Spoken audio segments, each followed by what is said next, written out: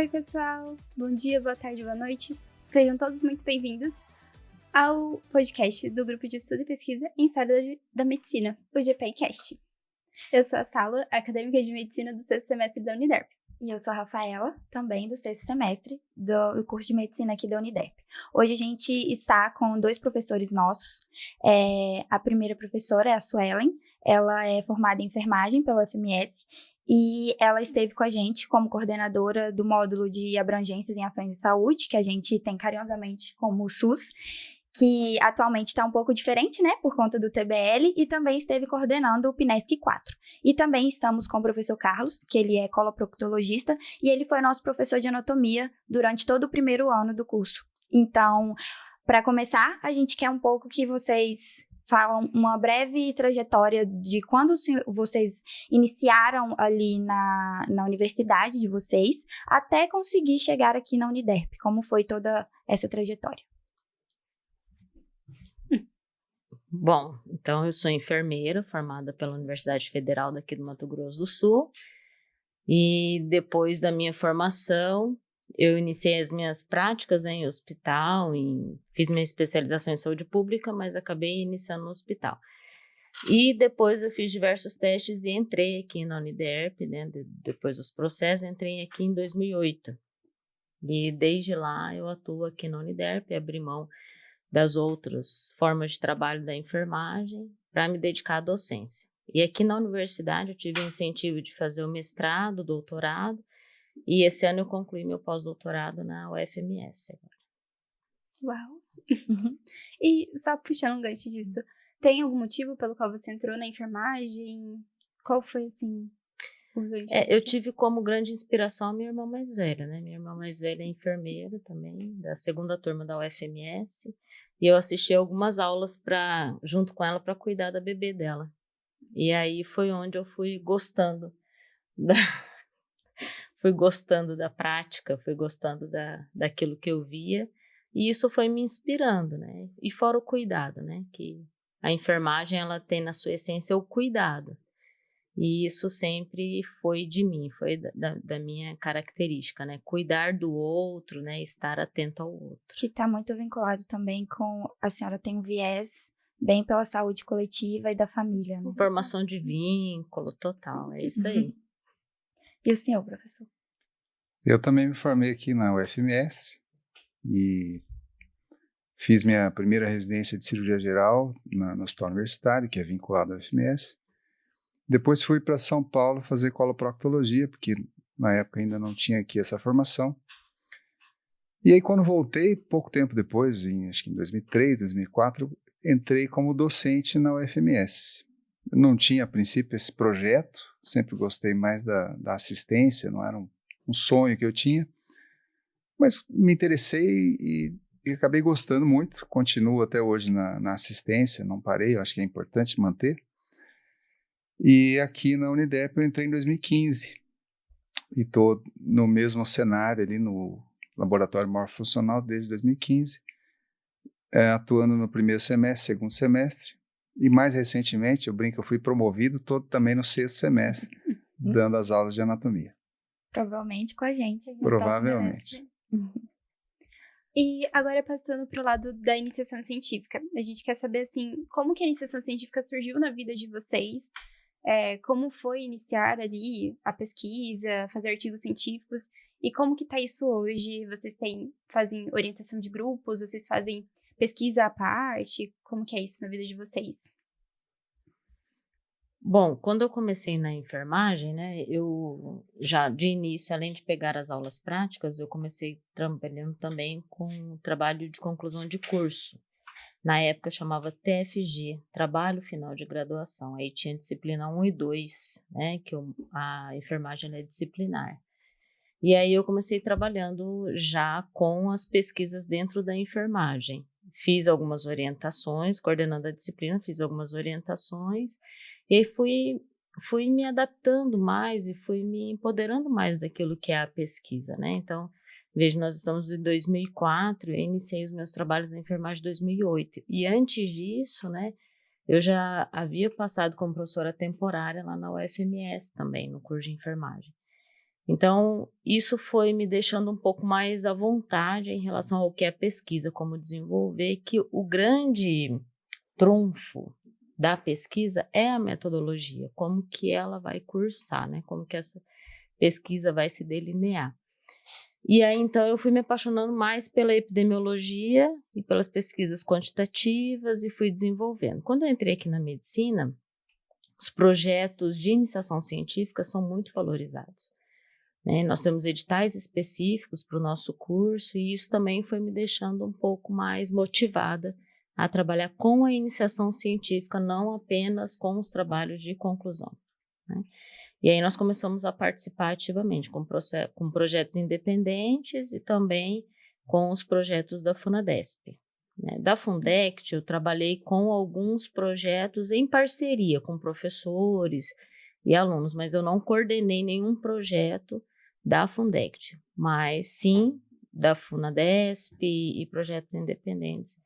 Trabalhamos bastante já. E aí diversas temáticas, né? Mas sempre voltada à epidemiologia, que é o meu braço assim mais forte. Sim. E tem alguma temática assim que a senhora gosta de trabalhar mais, que a senhora acha que é mais o seu nicho ali? Eu gosto tudo que está relacionado à saúde pública, porque a saúde pública também ela é muito abrangente, né?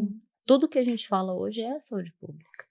Então, eu gosto dessa área da saúde pública, gosto muito da área da saúde coletiva. Essa é o minha principal área de atuação. Eu, mais ou menos da mesma forma, né? Eu acho que há uma carência muito grande de professores para orientar pesquisa, porque nem todos gostam, e não tem nada de errado nisso, é uma questão de ter vocação mesmo, né? Então, como na graduação, mas também nas residências, onde eu também atuo, eles têm a necessidade de fazer ou um trabalho de conclusão de curso, na residência também, às vezes tem a obrigatoriedade de publicar, inclusive. Então, começou por aí, a gente fazer pesquisa atendendo a essa necessidade, e o que acaba cobrando de nós, né, docentes, um aperfeiçoamento nisso. Daí foi a busca por fazer mestrado, doutorado, para poder orientar cada vez melhor. E é dessa maneira que a gente tem feito. Hoje eu acho que tem muito mais necessidade de orientação do que a nossa capacidade, né? Porque são tantos alunos, todos precisam, e a gente também, para orientar bem, não consegue atender a todos os pedidos. E outra que a gente acaba definindo a linha, né? Para poder fazer bem, você tem que, não dá para ser muito abrangente, porque senão você não domina o assunto. Então eu procuro fazer orientações na minha área, nas doenças do intestino grosso, reto e ânus, doenças inflamatórias. E ainda faço, hoje menos, porque não está tão fácil, mas estudos experimentais, né? Fizemos durante muito tempo estudo com ratos, cirurgias, né? Desenvolver técnica cirúrgica, tratamentos com uso de fitoterápicos, que é uma área muito interessante também. Bem legal. Inclusive, quando a gente tem o primeiro contato, né, com a HG e tudo mais, a gente se interessa muito pelos experimentais. Só que por conta, né, do tempo, a questão também financeira, que a faculdade não libera tanto o financeiro pra gente, seria mais coisa privada mesmo, aí a gente fica um pouco delimitado, assim, na escolha do tema. Mas em relação à escolha dos orientadores, o nome dos dois sempre é muito bem aceito, né? Todo mundo quer. Inclusive, se eu não me engano, o professor Carlos está orientando, acho que dois grupos do nosso semestre. E aí, vinculado com tudo isso, principalmente com a metodologia, como que vocês percebem os principais erros na hora da escrita do artigo científico, assim, tanto erros nossos mesmo, como acadêmicos, seja na parte da metodologia, eu acredito que seja mais difícil, assim, né? Como que quais são os principais? Quando eu analiso um projeto, a primeira coisa que eu vejo é se o objetivo está respondido no resultado, ou se ele tem capacidade, pelo curso metodológico, se ele tem capacidade, o projeto, não o pesquisador, se aquele projeto tem condições de atingir aquele objetivo. E o que a gente olha no objetivo? É o verbo né? E tudo aquilo que ele quer alcançar e em quanto tempo ele quer alcançar, porque o objetivo ele tem que ser o mais claro possível, né? Então, quando eu olho o objetivo e vejo a possibilidade do resultado a ser alcançado, aí eu volto para a metodologia, pensando qual que é a classificação desse estudo, de que forma que ele quer alcançar, as características do local onde ele quer trabalhar, né, onde o pesquisador quer trabalhar. E as principais falhas estão justamente na colocação desse verbo. E, às vezes, o pesquisador, principalmente quando a gente ainda está na graduação, porque uma coisa é a gente orientar lá na residência, né, que já é o profissional formado, eu oriento na residência multiprofissional aqui da prefeitura.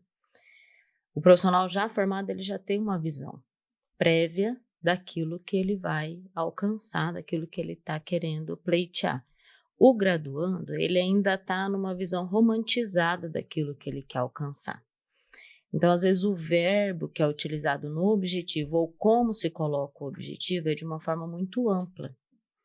Então, a principal falha, a principal coisa, né, que a gente encontra é um objetivo muito amplo, onde não tem um recorte da situação. Então, é um objetivo muito amplo que quando a gente olha no curso temporal não vai ser alcançado. Aí tem que fazer essa correção para poder traçar uma metodologia adequada. Então, sempre olhar o objetivo, a metodologia e o resultado a ser esperado. Metodologia e o resultado a ser esperado e fazer essas correções com tranquilidade. Sim. Porque o trabalho, a gente tem que partir do princípio que o planejamento ele existe, mas o planejamento ele não é estanque. Ele tem que ser flexível. E dentro de uma pesquisa, principalmente, porque às vezes você vai com a intenção de ter um universo, um N amplo, e a gente não consegue alcançar. E aí você tem que remodelar essa pesquisa para que ela seja de fato interessante para a comunidade científica, não para você, mas para a comunidade científica geral, né? E aí trazer resultados importantes oficialmente. Tá? Então, sempre está vendo esses 3 pontos principais. Eu não diria que é um erro, mas é uma coisa que eu observo com muita frequência.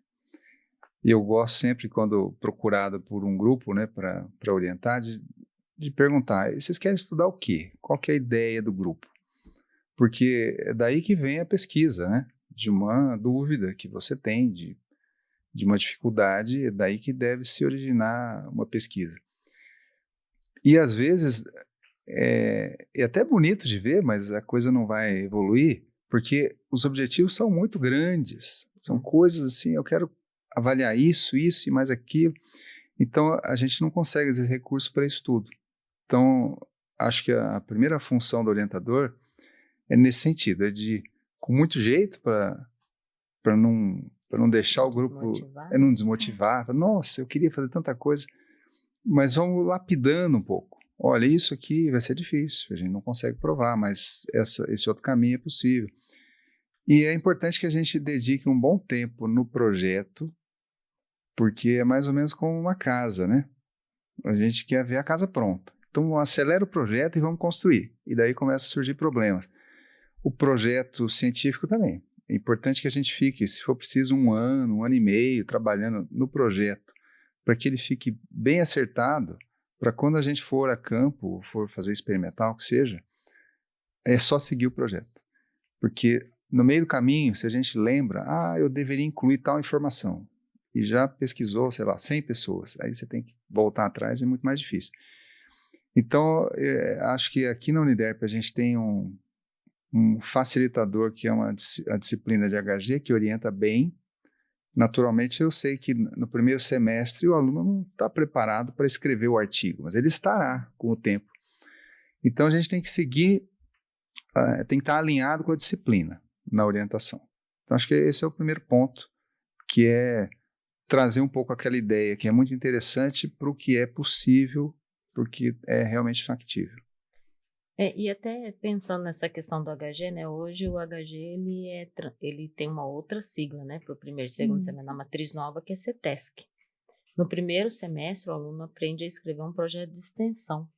Então, ele começa a entender o que é um objetivo, como colocar o verbo, começa a aprender, muito superficialmente ainda, mas começa, como que é fazer uma metodologia. Então, ele aprende que ele tem que descrever os passos ali.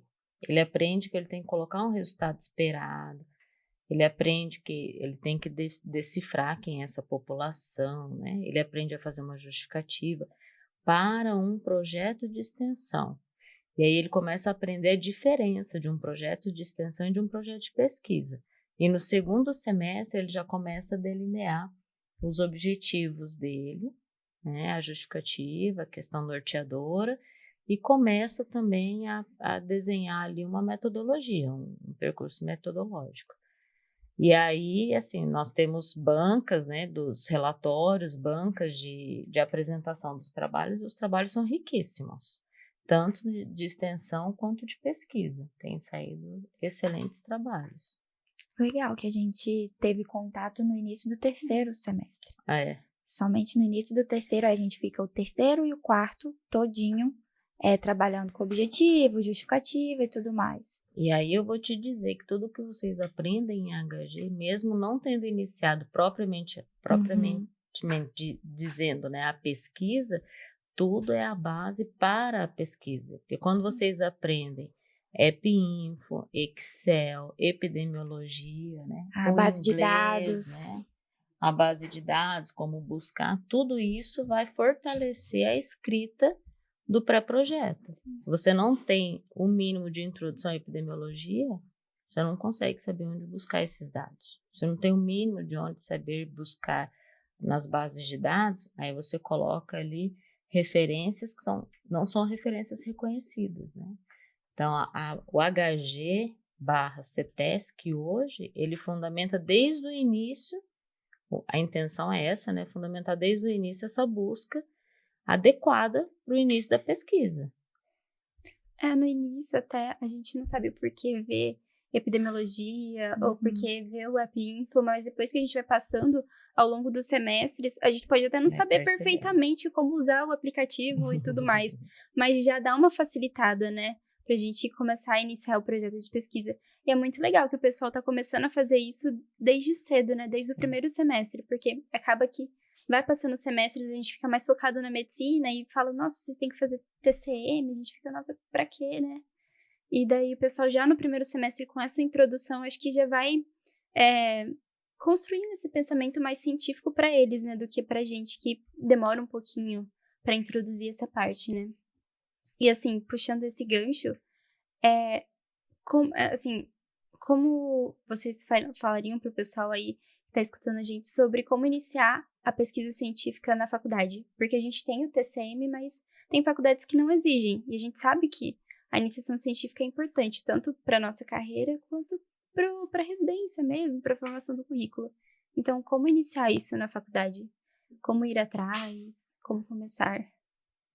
Ou se quiserem também dar um exemplo, tipo, como foi o primeiro contato de vocês, assim, enquanto acadêmicos também.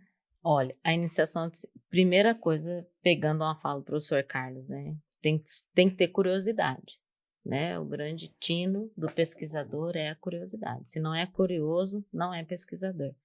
Qualquer área pode ter pesquisador, qualquer um, desde que seja curioso, queira desvendar alguma coisa, o mínimo que seja. Desde o primeiro semestre, já é capaz de desenvolver qualquer tipo de pesquisa, desde que tenha tempo para isso, porque como o professor Carlos disse mesmo, né? É uma casa que vai ser construída, mas não adianta achar que o pré-projeto vem pronto, porque não vem, né? E nós, professores do curso, nós batalhamos para que o aluno aprenda a escrever. Nós não queremos dar projeto pronto para o aluno, nós queremos que ele aprenda todos os passos. Então, desde o primeiro semestre, ele já pode estar procurando qualquer um dos professores, porque se o professor não for orientador, ele vai direcionar a mim, ao Eli Everson, que hoje estamos à frente do CETESC do primeiro e segundo semestre. E aí nós temos grupos de professores para fazer iniciação científica. Então, nós temos um grupo fechado de professores que a gente tem demandado, indicado alunos conforme esse aluno também tem se desenvolvido em sala de aula. Vou fazer uma pergunta para você, Rafa. Se você fosse professora e um aluno que nunca viesse na sua aula, do nada ele aparece para você e fala: professor, eu quero fazer uma iniciação científica. Ai, a gente não dá credibilidade, né? Não tem Porque não vai na credibilidade. aula. Exato. Então, eu, orientadora, eu não quero fazer um projeto e entregar para o aluno. Eu quero que esse aluno aprenda a construir um projeto e entenda a pesquisa. E ele só vai ser capaz de fazer isso se ele mostrar que ele tem autonomia, que ele tem condições, que ele vai correr atrás, que ele está motivado para fazer isso. Então, a primeira coisa é ter um bom desenvolvimento em sala de aula. E aí o professor enxergar esse aluno. Enxergou esse aluno e esse aluno vem até ele. Eu não conheço nenhum professor que, se você for lá no curso falar, eu quero fazer iniciação científica, ele vai dizer não faça. Não conheço nenhum dos nossos colegas fará isso. Nenhum. Ele pode dizer para você assim, olha, eu não oriento, mas vá na coordenação, busque um orientador, vá professor fulano, ele vai te encaminhar. Ou às vezes já vai com um tema, né, pré-estabelecido, aí não é aquele Melhor tema de ainda. identificação, como vocês falaram, que o professor é mais relacionado às doenças inflamatórias e tal, aí direciona para um professor que tem mais afinidade com aquele tema. Com toda certeza. A ideia do projeto, lógico que é mais fácil para quem já está atuando, porque você vê uma dificuldade, sabe que existe uma lacuna no conhecimento, então aqui é algo que eu posso estudar, posso pesquisar. Para o aluno que está começando na graduação, está nos primeiros semestres, não dá para esperar que ele consiga isso. Mas às vezes problemas corriqueiros que vocês vão vendo nos cenários onde frequentam, é isso. Então surgiu uma ideia, por exemplo, digamos, havia um paciente com câncer. Será que esse câncer é frequente? Será que não é? Então é preciso que haja alguém para orientar nesse sentido. Olha, então o tema, vamos trabalhar, mas essa ideia inicial, ela já foi muito pesquisada, é um assunto já que já está superado, mas a gente tem um outro aspecto que está pouco trabalhado, né? Ou às vezes algo que já tem publicações, porque não é necessário que o projeto seja inédito, que a publicação seja inédita. Mas às vezes há muitas publicações, mas não no nosso meio. Tem publicações até brasileiras de bom nível, mas será que aqui no nosso estado é assim também? Então a gente pode fazer algo semelhante. Então acho que é fundamental ter a orientação, é preciso ir trabalhando, não dá para em uma reunião a gente sair com tudo definido. É preciso ter o que a Suelen falou, vamos estimular, né? Então vamos pegar esse tema, eu vou te mostrar como é que pesquisa para ver o que já tem publicado. E você faz a pesquisa. Realmente isso já tem muito. Mas pesquisando, eu vi um artigo aqui que seria muito interessante a gente fazer. Então você pode se inspirar naquilo para desenvolver um projeto, para ter o resultado na nossa localidade, né? Sim, perfeito. E em relação também à metodologia, porque o nosso grupo, a nossa metodologia, ela já é um pouco mais bem estabelecida pela história oral. E a gente também faz relacionado à bola de neve, né? Por exemplo, as meninas têm um trabalho em andamento, já está chegando ao final, da cirurgia cardíaca pediátrica, primeira cirurgia cardíaca pediátrica aqui em Campo Grande. Aí conhece o cirurgião, aí esse primeiro cirurgião vai indicando o cirurgião Y, o X e por aí vai. Como é a metodologia que vocês mais utilizam, que vocês mais gostam, mais têm afinidade? Eu gosto mais da quantitativa. Eu gosto mais do raciocínio lógico, eu gosto mais da representatividade, eu gosto mais de fazer o cálculo amostral. Claro que eu não domino estatística, e aí tem colegas que dominam dentro do curso, e aí a gente faz as parcerias, né? Mas eu gosto mais disso, porque eu gosto da representatividade. Não domino a qualitativa, inclusive, agora eu pedi um curso para o professor Salles vai me dar um curso de qualitativa para eu aprender a fazer. E aí a gente vai aperfeiçoar essa área, mas eu gosto mais da quantitativa. Sim, eu sim. Eu acho que na pesquisa clínica, não é nem uma questão de gostar, é o que eu vejo que há campo e possibilidade para os recursos que nós temos de ser feito. Então, por exemplo, eu falei agora há pouco da doença inflamatória intestinal, né, que é um assunto que eu não sei se está perto o dia que a gente vai dominar, porque é um aprendizado constante. Então tem muita coisa a ser pesquisada. Mas se eu quiser pesquisar, por exemplo, um medicamento novo, eu não tenho recurso para isso, mas é um campo aberto. Mas o que está muito atual é pesquisar, por exemplo, qualidade de vida. Porque o médico, às vezes, fica muito contente quando ele olha que o exame mostrou que a inflamação cicatrizou, o exame laboratorial normalizou. E, claro, é um sinal positivo para nós. Mas será que o preço para isso ter acontecido, né? O tratamento, será que isso melhorou a qualidade de vida do paciente? Às vezes não. Então tem crescido muito esse tema em várias doenças, em pesquisar a qualidade de vida associada ao tratamento em várias doenças. Então a gente tem aí algo que para nós dá para fazer. A gente consegue, a gente tem os pacientes, tem o grupo dos saudáveis, né, para comparar, e é algo que eu diria fácil e que exige pouco recurso. A gente falou no começo do estudo experimental, né? Eu entendo que tem algumas dificuldades também, mas eu acho muito interessante a pesquisa experimental porque ela tem dia certo para começar e para terminar. Então você dedica um tempo ali no projeto, a definição dos grupos, que animal vai ser estudado, que experimento vai ser feito, e a partir do momento que isso está resolvido, e você faz, né, havia um tempo que a Unidep tinha o biotério, hoje os animais vêm do biotério da UFMS. Então, é preciso que o grupo vá lá cuidar dos animais até que eles atinjam o peso, e aí a gente começa o experimento. Então, dependendo do projeto, pode ser que dure 2 semanas, 8 semanas, depende do estudo, até o momento que finaliza. Então, você tem dentro de todo no desenvolvimento da disciplina, que agora eu já até esqueci a sigla, porque é tanta sigla que tem. Eu fiquei o primeiro ano aqui só aprendendo as siglas. HG, IAM. Mas o HG eu estou dominando. Então, durante todos esses semestres, você, de repente, vai em um único semestre utilizar para fazer a pesquisa. Você usou muito tempo antes para o projeto e depois é para análise histológica, para fazer a redação. Então, acho que é um método que é fácil de dominar e que tem uma aceitação muito grande para a publicação. Porque essa é outra coisa que a gente tem que ter em mente quando surge a ideia, né? Sim. A ideia é boa, eu consigo fazer, e depois dá para publicar. Se é um assunto que está muito saturado, é difícil a revista aceitar. Ou um estudo retrospectivo, por exemplo. Porque para um retrospectivo ficar bom, é preciso ter um N grande. Você precisa ter, sei lá, talvez 10 anos pesquisando prontuário para ter um N satisfatório para que a revista considere aquilo de valor para publicação.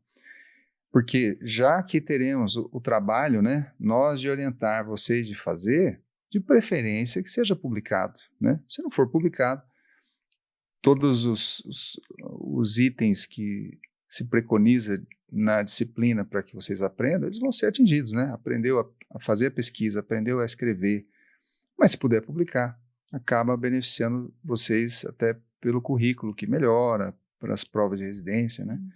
Então, acho que é isso, é você fazer sempre numa linha que você já domina, porque o método também não varia muito, é mais ou menos o mesmo.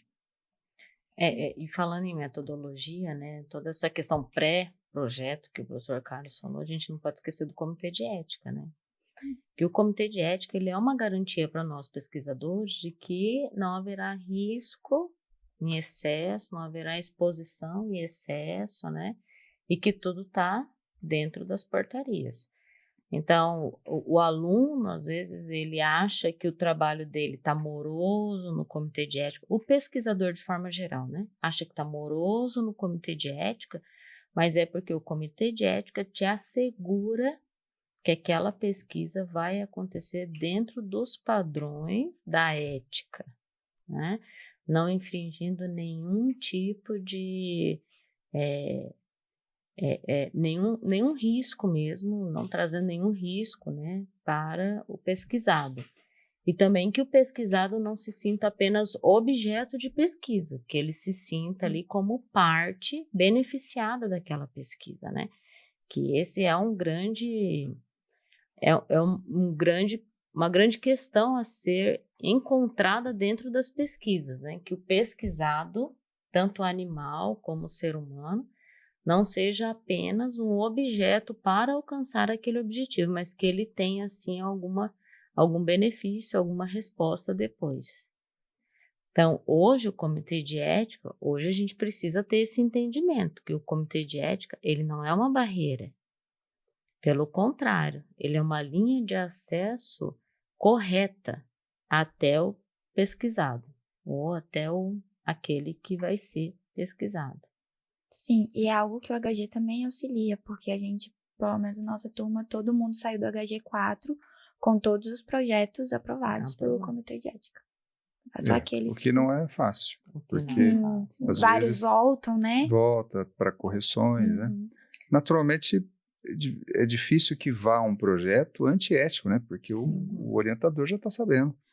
Mas às vezes há falhas ali e os comitês de ética não vão aprovar enquanto não tiver tudo certo. Eles estão visando sempre defender o lado mais fraco, né? O que é o estudado, né? É o paciente. E você tocou num ponto interessante. Eu vi uma vez uma apresentação de um professor que publica muito, o grupo, né? De um hospital espanhol que publica muito. Basicamente, todos os pacientes que frequentam lá o ambulatório estão em alguma pesquisa, alguns estão em mais de uma, né? E isso que eu achei interessante, todos os anos eles fazem uma apresentação, convidam todos os pacientes que queiram assistir, e eles mostram todas as publicações que foram feitas naquele ano, e que benefícios isso gerou, ou poderá gerar, um medicamento novo, uma técnica nova. Então, isso dá para a pessoa uma certa satisfação. Puxa, eu contribuí um pouquinho com isso, porque eu me beneficiei talvez do medicamento ou não, né? Porque quando é medicamento, alguém está no grupo placebo, mas ele contribuiu para a pesquisa. E isso é uma coisa interessante, que eu acho que a gente poderia trabalhar mais, né? Até para que as pesquisas continuem cada vez mais fortes, porque os participantes sentem que estão ajudando e vão com isso ser ajudados também. E quando a gente está num hospital-escola ou numa clínica-escola, isso é mais forte ainda dentro dos pacientes, né? Com os pacientes. Eles se sentem parte daquele processo de aprendizado, tanto do aluno, né? Quanto também daquilo que está sendo melhorado ali, né? E às vezes a pessoa participa, mas não vai atrás do artigo, né? Porque eles não sabem. A gente tem um método de escrita que, às vezes, o pessoal, quem tá de fora, não consegue ler, né? Agora, a gente porque não foi escrito pro paciente, né? Foi para os profissionais. Então, a gente poder ter esse contato com a população e informar, acho que aproxima mais, né? E aproxima mais até da iniciação científica, do pessoal valorizar mais a pesquisa, né? E a gente precisa dessa valorização, né? E, assim, puxando para um outro lado, como que a gente faz para iniciar um grupo de pesquisa? Porque é uma dúvida geral de todo mundo, né? Você fazer com seu colega, com quem você tem afinidade no tema, porque dá muito problema isso. Tem algum... Dá muito problema. A gente sabe. Grupo de pesquisa tem que assim, ser na experiência que vocês têm aí, tem alguma eu acho que dica? É importante que tenha afinidade no grupo. Mas não basta isso, porque às vezes tem uma afinidade para passear, para conversar, mas para trabalhar. Só que é algo que a gente também aprende. E nós precisamos aprender, vocês como futuros médicos, a trabalhar em equipe. Nem sempre você gosta de todo mundo da equipe. Você está num plantão, não conhece bem ou não tem afinidade, mas precisa trabalhar em harmonia.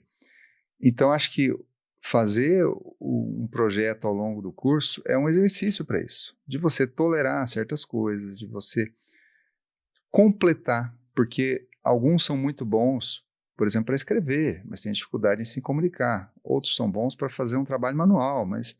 Então, o grupo tem que se completar. É preciso perceber isso, porque se for dividir as tarefas todas de maneira igual, não vai sair bom.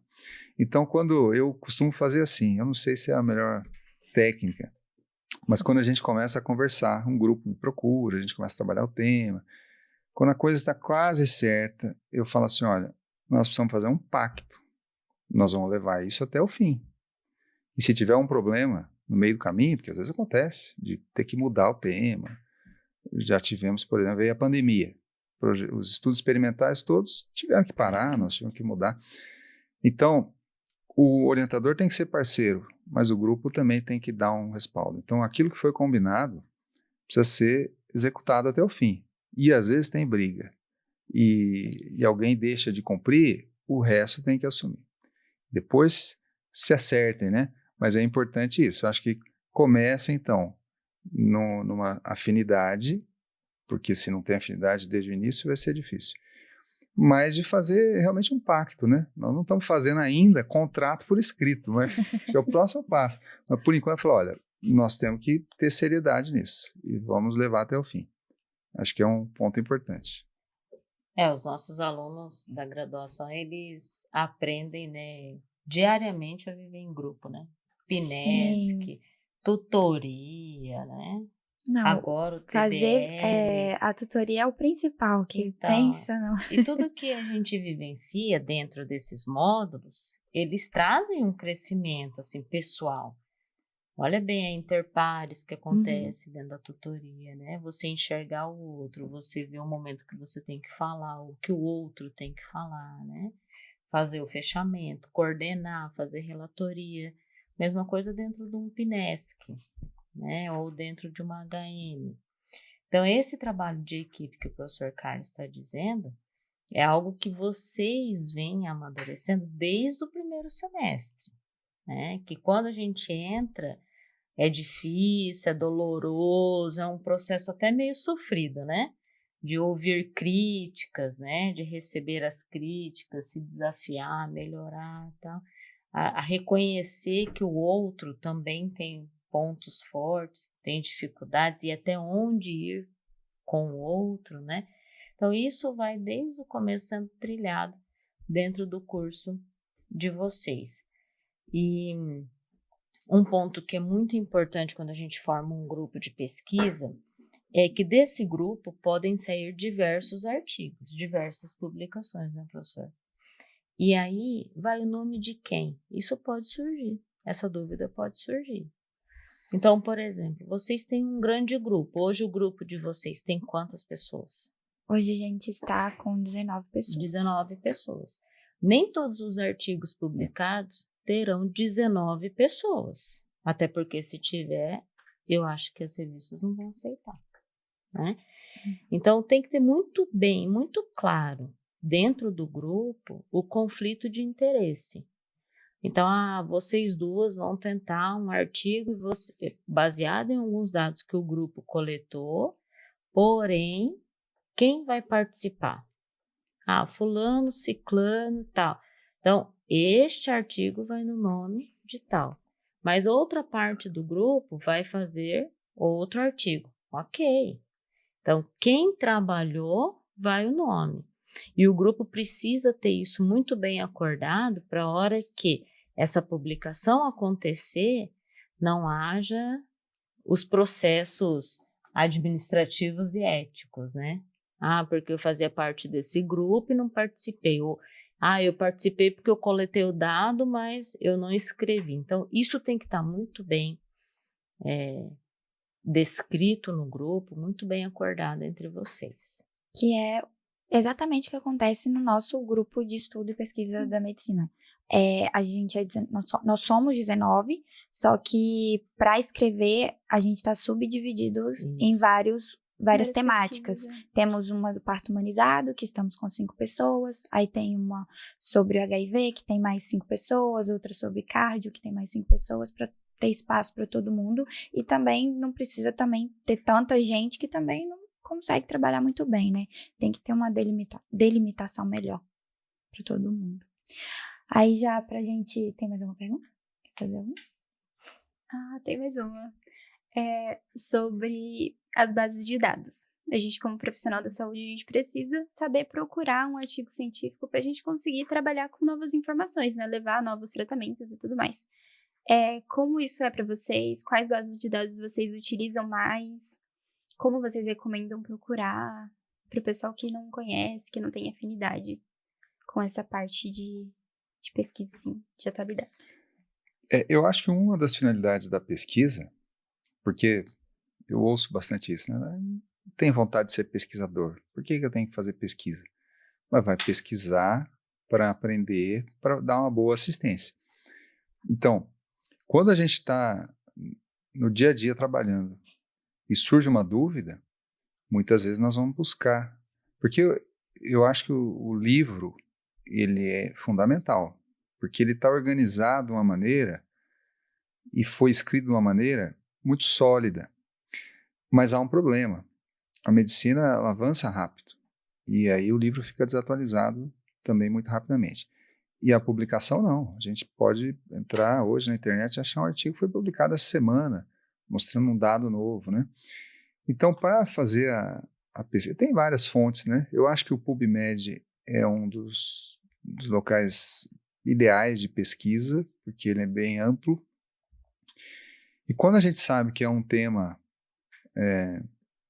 digamos, mais consagrado, né? As principais doenças cardiovasculares, a diabetes, um tema que é relevante mundialmente, a gente deve pesquisar, a princípio, uma revisão sistemática com meta-análise, porque a melhor evidência científica que existe, ela é uma revisão sistemática, quer dizer, alguém que revisou os melhores artigos e aplicou o melhor método estatístico, que é a meta-análise. Então, essa informação é a que está mais próxima de ser verdadeira. Talvez não seja, porque a coisa muda. Então, essa revisão sistemática vem de estudos prospectivos, randomizados, bem desenhados. Então, é preciso que hajam muitos para que surja, então, essa melhor evidência. Então, se a gente puder, na pesquisa, né, utilizar essa palavra-chave, esse descritor, né, revisão sistemática, meta-análise, e aí o tema que você quer pesquisar. Então, às vezes, em minutos, eu, em qualquer computador, vejo isso, tem lá exatamente a publicação que eu preciso para me trazer a informação que eu quero para atender aquele paciente. Então, esse é um caminho que eu acho que é rápido e que serve tanto para o dia a dia, para o nosso trabalho, quanto para a pesquisa científica. Na Biblioteca Virtual da Saúde, né? A gente, utilizando os descritores, é o melhor caminho. Não tem outra forma. Se você entrar no Google e jogar a palavra, vai aparecer tudo quanto é coisa, né? Então, o melhor caminho de bases de dados oficiais é entrar e colocar o descritor atualizado. E em relação também aos editais disponíveis aqui para a universidade, principalmente para o nosso curso, e que vocês mais gostam de utilizar. A professora Suelen citou no início, né, o da Funadesp, que inclusive também é o que majoritariamente o nosso grupo utiliza, né, é pela Funadesp. Quais que vocês gostam mais? Assim, eu utilizo bastante o da Funadesp, porque é mais acessível para nós aqui dentro da universidade. A Fundect também é uma interessante também para nós, é um edital interessante, mas dependendo dos critérios, a gente consegue se encaixar ou não como orientador. Então, isso é importante. Então, olhar os editais e olhar quais são os critérios que encaixam as linhas de pesquisa e os critérios que eles pedem de perfil mesmo do orientador. Desde formação básica até titulação, né, e linha de pesquisa, tá? E outra coisa também é o perfil do aluno, né? Então, tem edital que ele é mais curto, tem edital que é mais longo. Então, aí eu preciso ver se esse aluno, esse grupo de aluno que vai trabalhar tem perfil para um projeto curto. Então, tem que ser aquele aluno que ele é rápido, que ele é ágil, que ele responde prontamente. E aqueles projetos que são mais longos para editais mais longos. Então, depende. Nós temos também, assim, o Santander também tem alguns editais que são abertos, mas eles têm intercâmbios, né? Enfim, Tem diversos editais. Vai depender mesmo do perfil do orientador e do aluno para a gente poder estar no edital. Eu acho que os editais, eles mudam um pouco, né? As regras são mais ou menos as mesmas. Então, quando lança o edital, você vai ter os prazos, né? Para inscrição, etc. Então, o que eu costumo orientar para quem me procura com essa intenção de fazer iniciação científica fora do obrigatório da disciplina é deixar o projeto pronto, porque eu aí posso adaptar esse projeto a esse edital ou a outro, mas é preciso, e aí é até uma forma de ver se a coisa vai vingar ou não, porque se a pessoa, eu quero muito fazer, então vamos escrever? Então, lógico, há aqueles que sim, que vão trabalhando a ideia. São grupos menores normalmente, às vezes é um só aluno, 2 alunos, e acho que para algumas pesquisas é melhor que seja assim, porque aí você está mais fechado ali, né? E tem pesquisa para grupo grande, tem pesquisa para grupo pequeno. Então, se você entrar no edital, mesmo um antigo, e tem ali as normas, vai trabalhando o projeto, e quando lançar o edital novo, ele é mais ou menos igual, e você está com o projeto pronto para concorrer. Se o projeto, na minha experiência, se o projeto está bem feito e cumpre todos os pré-requisitos, dificilmente ele não é aceito. Sim. Até também na hora de escolher a própria revista, né? Também para seguir os critérios, saber se a escrita está todinha vinculada nos critérios de cada revista, por exemplo. Uhum. Já para finalizar, a gente vai fazer um bate-bola. A gente vai falar uma palavra, uma frase, e vocês falarem a primeira coisa que vier na cabeça de vocês. Mas tranquilinho. Então, primeiro a gente vai pedir um livro. Medronho. Guyton. Tem que ser o Guyton. Uma inspiração na área da saúde. Florence. Puxa, são tantas. Eu vou lembrar da minha professora mais famosa, Angelita Gama. Um objetivo profissional. Continuar trabalhando enquanto eu puder. Esse é um grande objetivo que eu vou colar dele. Eu quero continuar trabalhando também, até me aposentar, que não seja aos 90. Vai ser os 85. E por fim, um sonho que vocês têm assim na área da saúde. Realizar. Eu gostaria muito de montar uma fundação. Sobre? Com crianças. Com crianças. No contraturno escolar, eu gostaria muito de capacitar crianças com diversas oficinas, sabe? Desde tecnologia, costura, bordado, terapia ocupacional de forma geral, mas também tecnologia, reforço escolar. Eu tenho muita vontade de fazer isso. O meu sonho é mais simples, mas talvez mais difícil. Mas é sonho. É sonho. É sonho. Não, o meu sonho é apenas formar bem. E eu participo um pouquinho da formação, né? Mas quando eu revejo um ex-aluno que está trabalhando e trabalhando bem, que se formou bem, eu me sinto muito satisfeito com isso, porque nós multiplicamos, né, o bem que a gente faz através da formação de novos profissionais. Então, isso é uma coisa para mim importante. Perfeito. E um conselho que vocês dariam para a gente enquanto acadêmicos e pesquisadores? Fiquem atentos. Eu acho que essa é a melhor coisa. Fiquem atentos, porque a pesquisa ela surge da atenção. O ingresso nos editais também surge da atenção. E ser um bom profissional também surge da atenção. Então, estar atento a tudo. Eu acho que é isso. Acho que o melhor conselho que eu posso dar é bem simples também, mas é de vocês sempre associarem a prática e a teoria. Então, nós não podemos esquecer que o paciente é o nosso foco.